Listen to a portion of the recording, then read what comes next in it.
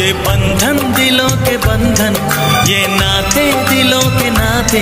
शुभमंगल होणार आणखीनच हॅपी, कारण नव्या रूपात हॅपी होम फर्निचर घेऊन आले आहेत. फर्निचरचा लग्न बस्ता फक्त 51,000. आजच भेट द्या हॅपी होम फर्निचर, एकविरा चौक जवळ, पाईपलाईन रोड, अहमदनगर. म्हणजे माझ्या नावापेक्षा नगरचं नाव असलं पाहिजे. फार काय अभ्यास फार लांबही नव्हतो, फार पुढेही नव्हतो, पण धाक कोणाचा नव्हता. जनरल चित्रपट पाहणंच आवडतं. युवा पिढीने राजकारणामध्ये आपण सेवा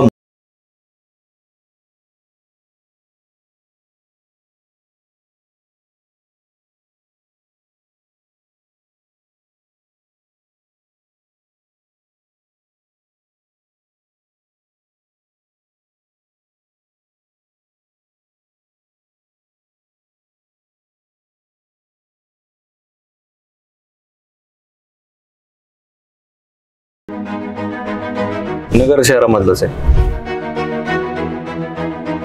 शाळेमध्ये मी इथं नगर पब्लिक स्कूलमध्ये शिकलो आणि 10th मी वर्का स्कूलमध्ये आहे, तिथून पासआउट झालो. नगरमध्येच आहे सगळं. आदर सगळ्यांचाच होता, पण धाक कोणाचा नव्हता. अगदी शालेय जीवनापासून किंवा कॉलेज जीवनापासून पर्यंतचे असतील किंवा राजकारणात येण्याच्या अगोदरही सोशल फील्डमध्ये सुद्धा मित्र सगळे आजही बरोबर आहे. जे मित्रमंडळी असतात किंवा कुटुंबातले लहानपणीचे भाऊ भावंड असतात त्याच्यामध्ये आवडेल. मला छंद म्हणून फक्त चित्रपट पाहण्याची आवड जास्त आहे, ते आजही मी जोपासतो. जनरल चित्रपट पाहणंच आवडतं, विशेषतः आपले बॉलिवूडचे सगळे चित्रपट पाहणं आवडतं. माझं टायटल हे नगरच असलं पाहिजे असं मला वाटतं. म्हणजे माझ्या नावापेक्षा नगरचं नाव असलं पाहिजे. प्रॉब्लेम शहरामध्ये कुठल्याही शहर असो, कुठल्याही ठिकाणी असो, सगळ्यात महत्वाचा रस्ता असतो. आणि आमचा प्रयत्न रस्त्यांचेच कामं हे प्रायोरिटीवरती झाले पाहिजे असा प्रयत्न होता. त्याच्यामध्ये आम्हाला काही काही रस्त्यांमध्ये पूर्वी यश आलं आणि आता मागच्या काही 6-7 महिन्यांमध्ये आम्हाला मंजुरी मिळाली आणि मोठं यश, फार मोठ्या प्रमाणामध्ये यश आलं. ते रस्त्यांची कामं आता सुरू झालेली आहेत की जसं मुंबई शहरामध्ये असेल किंवा फॉरेन कंट्रीजमध्ये, युरोपियन कंट्रीजमध्ये असेल की कॉन्क्रीट रोड आहे. तर त्याची जी आमची कन्सेप्ट होती ती आता पूर्ण होत असताना पाहायला मिळते. त्याच्यातनं शहर हे एक महाराष्ट्राच्या नकाशावरती एक मोठं शहर म्हणून नावारूपाला आणण्याचा आमचा तो प्रयत्न होता. त्यामध्ये आम्हाला चांगलं यश आता मिळत असताना पाहायला मिळतं. राजकीय महानगरपालिकेची निवडणूक मी सगळ्यात पहिले लढलो आणि तिथनं 2008 साली ती सक्रिय राजकारण ज्याला म्हणतो आपण, की राजकारण पार्टी लेवलला करणं वेगळं असतं. सक्रिय राजकारण ज्याला आपण निवडणूक लढतो आणि निवडून येतो त्याला आपण सक्रिय राजकारण करू शकतो. आणि म्हणून सक्रिय राजकारण हे 2008च्या निवडणुकीमध्ये डिसेंबर महिन्यात जी निवडणूक झाली, नोव्हेंबर महिन्यामध्ये, तर निवडून आल्यानंतर तिथून माझी सक्रिय राजकारणाची सुरुवात ही नगर शहराच्या परिसरामध्ये झालेली आहे. कॉलेजला असल्यापासून असं वाटायचं की आपण कुठेतरी या सोशल फील्डमध्ये आपण काम केलं पाहिजे आणि सामाजिक क्षेत्रामध्ये जेव्हा काम करायचं असतं तर त्याला राजकारणाचा दुसरा पर्याय नसतो. म्हणजे त्याला निवडणुकीचं राजकारण म्हणू आपण त्याला. त्यामुळं त्या निवडणुकीच्या प्रक्रियेमधूनच जावं लागतं. आणि म्हणून सोशल फील्डमध्ये आम्ही कॉलेज जीवनापासून आम्ही एक मित्रमंडळी जोडत गेलो आणि ती मित्रमंडळी जोडत काम करत गेलो. मी ज्यावेळेला महापालिकेला 2008 साली उभा राहिलो त्यावेळेला बिनविरोध झालो होतो आणि एक चांगला आनंद त्यावेळेला वाटला की आपल्याला एक चांगली संधी मिळाली. आणि त्या संधीच्या माध्यमातून लगेचच मला एक महापौर म्हणून या शहराचा महापौर म्हणून काम करायची संधी मिळाली.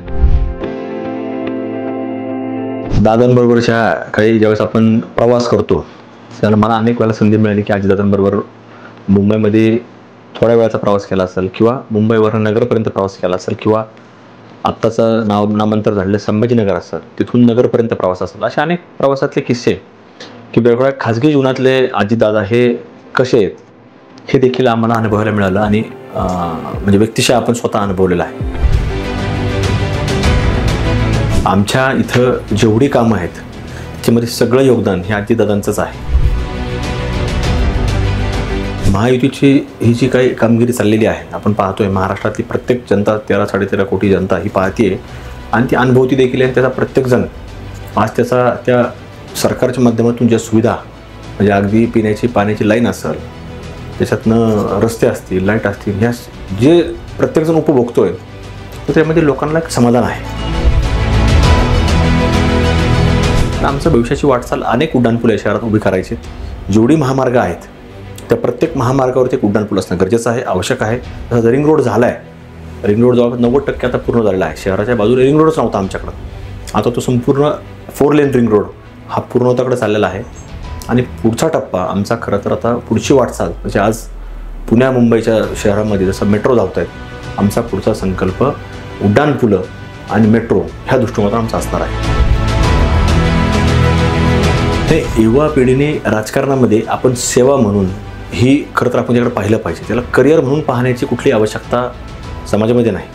आपण जितक्या प्रामाणिकपणे आपण वेळ देऊ, निश्चित लोक आपल्या त्या दृष्टिकोनातून विचार करतील. आणि जेव्हा आपण लोकशाही प्रक्रियेतून आपण ज्यावेळेस मतदानाकडे जातो तर लोक त्या कामांचा विचार, देणाऱ्या वेळेचा विचार, आपण ह्या माणसाने आपल्याला किती वेळ दिला आहे, ह्या माणसाने आपली कुठली कुठली आपल्याला मदत केली, कामं केलेली आहेत, हा विचार करून आपल्याला ती लोकशाहीमधून कुठल्या कुठल्या निवडणुकीत तुम्ही उभा राहताल त्यावेळेस संधी देण्याचं काम लोक करतात. मी जनतेला विनंती हीच करणार, जसं आजपर्यंत त्यांनी मला संधी दिलेली आहे आणि त्या संधीच्या माध्यमातून मी देखील त्या दिलेल्या संधीचा उपयोग अगदी सर्वसामान्याच्या सुखदुःखापासून विकासात्मक कामापर्यंत कुठल्याही वेळेला उपलब्धता असणं ही जी काही मी दिलेलं आहे, तर त्याच प्रकारे त्यांनी मला पुन्हा संधी देण्याचं काम करावं की जी सेवा मी आज जी मागच्या काही वर्षांमध्ये करत आलो तशीच पुढं अखंडरित्या करत राहण्याकरता आपण द्यावी.